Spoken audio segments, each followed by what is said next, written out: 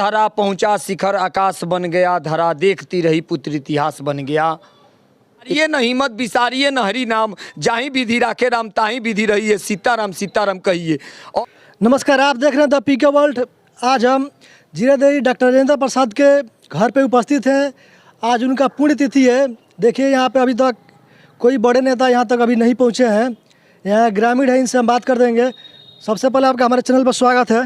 धन्यवाद आपको भी। ये बताइए कि यहाँ पे अभी क्या दिक्कत है, बताइए। सरकारी सर्वेक्षण में भी है, काम नहीं चल रहा है, कुछ यहाँ पे जहल बहल नहीं लग रहा है। आज राजेंद्र बाबू की पुण्यतिथि है और आज दो पंक्ति उनके पुण्यतिथि पर मैं पेश करना चाहता हूँ कि उठा धरा पहुँचा शिखर आकाश बन गया, धरा देखती रही पुत्र इतिहास बन गया। इतिहास के पन्नों में अंकित है हमारे डॉक्टर राजेंद्र प्रसाद, जिनका स्वर्गवास 28 फरवरी 1963 को सदाकत आश्रम पटना में हुआ था और आज पुण्यतिथि है। अगले वर्ष की भांति इस वर्ष थोड़ा चहलकदमी कम दिखने को मिल रही है, आपको देख भी रहे हैं, अभी आप देख रहे हैं। और ज़रूरत है कि राजेंद्र बाबू को आदर्श माना जाए। राजेंद्र बाबू के व्यक्तित्व और कृतित्व पर जितनी भी प्रकाश डाला जाए वो कम है। तो राजेंद्र बाबू को हम लोग आदर्श मानते हैं, एक ग्रामीण होने के नाते, एक प्रतियोगी छात्र होने के नाते।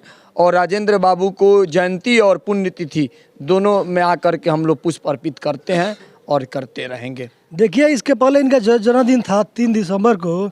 उस समय मुखिया का इलेक्शन हो रहा था। देखिए कि यहाँ पे काफ़ी भीड़ देखने को मिल रहा है। इस बार क्यों नहीं भीड़ हो रहा है? देखिए, वो तो अब वो जनप्रतिनिधि लोग बताएंगे। 3 दिसंबर को काफ़ी चहल पहल थी, काफ़ी कार्यक्रम धूमधाम से भी देखने को मिला। मगर 28 फरवरी को भी होना चाहिए। पुण्यतिथि पर उतनी उत्सव नहीं होनी चाहिए, मगर होना चाहिए कि राजेंद्र बाबू की पुण्यतिथि है, उनके व्यक्तित्व और कृतित्व पर प्रकाश डालना चाहिए। इनके जीवन के बारे में बताइए, क्योंकि आप यहाँ से हैं प्रॉपर, तो यहाँ के बारे में बताइए, इनके जीवन के बारे में थोड़ा सा। देखिए, राजेंद्र बाबू धरा जब जब विकल होती मुसीबत का समय आता, किसी रूप में कोई महामानव चला आता। वो महामानव का जन्म 3 दिसंबर 1884 को इसी जीरादेवी ग्राम में, उस समय सारण जिला था, और उसी 3 दिसंबर 1884 को डॉक्टर राजेंद्र प्रसाद जन्म लिए थे। इनका पिताजी का नाम मुंशी महादेव सहाय था, जो हथुआ राज में मुंशी के पद पर थे, और इनकी माता का नाम कौलेश्वरा देवी था, और इनकी धर्मपत्नी का नाम था राजवंशी देवी। और शुरू से ही कुशाग्र बुद्धि के थे। कहा जाता था कि पढ़ाई में नींद न आए, इसलिए शिखाओं को बांध देते थे, और हमेशा प्रथम श्रेणी से उत्तीर्ण हुए। इन्हीं के कॉपी पर लिखा गया था कि परीक्षा देने वाला परीक्षा लेने वाला से कई गुना तेज है। यह धरती जो आज भी वो कॉपी पटना कलकत्ता संग्रहालय में रखी गई है, आप देख सकते हैं। और राजेंद्र बाबू कोई स्वार्थ नहीं था, हमेशा निस्वार्थ देश की सेवा, राष्ट्रपरि सेवा समझते थे। और राजेंद्र बाबू का उस समय वेतन 10,000 रुपया था। राष्ट्रपति का वेतन 1950 में 10,000 रुपया था। उस समय 5,000 गरीबों को राष्ट्रकोष को दे देते थे।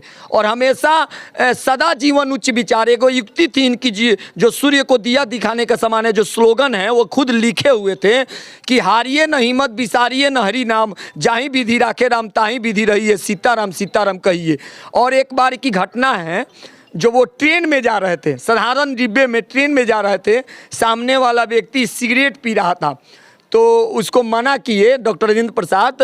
तो डॉक्टर राजेंद्र प्रसाद के प्रति उत्तर में बोला कि मेरा पैसा है, तुम्हारा क्या जाता है। तो राजेंद्र बाबू ने कहा कि तुम्हारा पैसा है तो क्यों धुएं पूरे डिब्बे में फैला रहे हो, धुएं अपने पास रखो। यह बात सुन करके वो आदमी काफ़ी प्रभावित हुआ और डॉक्टर राजेंद्र प्रसाद से माफ़ी भी मांगी। राजेंद्र बाबू सादा जीवन, हमेशा उनके अंदर कोई भी राजनीतिक कोई स्वार्थ नहीं था, वह देश के प्रति ही सर्वस्व निछावर करते थे। देखिए, भारत के स्वतंत्रता में भी इनका बहुत बड़ा योगदान था, भारत के संविधान में भी इनका बहुत बड़ा योगदान था। देश रत्न डॉक्टर राजेंद्र प्रसाद इसीलिए कहा जाता है क्योंकि इनको उस समय भारत रत्न मिला था। इस पर आप क्या कहिएगा? देखिए, राजेंद्र बाबू महात्मा गांधी के चंपारण सत्याग्रह 1917 में काफ़ी बढ़ चढ़ करके भाग लिए और अपनी अच्छी खासी चलती वकालत को उन्होंने त्याग दिया। देश की स्वतंत्रता संग्राम में कूद पड़े और महात्मा गांधी के साथ कदम से कदम मिला करके उन्होंने स्वतंत्रता संग्राम में बिगुल फूंकने का काम किया। और महात्मा गांधी ने स्वयं अपने मुखार बिंदु से बोला है कि राजेंद्र, तुम्हारे प्रेम और स्नेह में मैं इतना अपंग हो चुका हूं कि मैं तुम्हारे बिना एक कदम भी स्वतंत्रता की लड़ाई नहीं लड़ सकता हूं।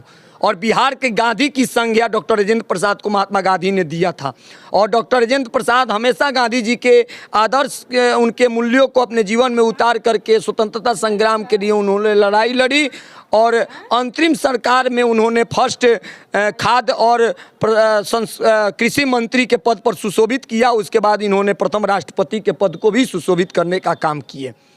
कांग्रेस पार्टी के उस समय राष्ट्रीय अध्यक्ष भी रहे हैं। अब बताइए, आज तो कांग्रेस के पार्टी के तो कम से कम यहाँ आना चाहिए। देखिए, वो पार्टी के राजेंद्र बाबू किसी भी दलगत राजनीति से प्रेरित नहीं थे। सबसे पहले कि भारतीय राष्ट्रीय कांग्रेस की 1885 में गठन किया गया था, उसका मूल उद्देश्य था कि हम लोग कैसे भारत को स्थिर कर सकें। मूल मानसिकता यही थी कि भारतीय राष्ट्रीय कांग्रेस की स्थापना जो मुंबई में हुई थी, उसका मूल उद्देश्य था कि हम लोग भारत को एक सूत्र में बांधने का काम करें। और उसी दौरान में उन्होंने राजेंद्र प्रसाद कांग्रेस में अध्यक्ष के पद को भी सुशोभित किया, भारतीय राष्ट्रीय कांग्रेस के अध्यक्ष के पद को भी सुशोभित करने का काम किए। और दलगत राजनीति से राजेंद्र बाबू कोसों दूर रहे हैं। जहाँ तक मेरा अनुभव है, मेरा जैसे मानना है कि राजेंद्र बाबू राष्ट्र सेवा सर्वोपरि समझते थे, और राष्ट्रपति का पद भी राष्ट्र सेवा ही होता है।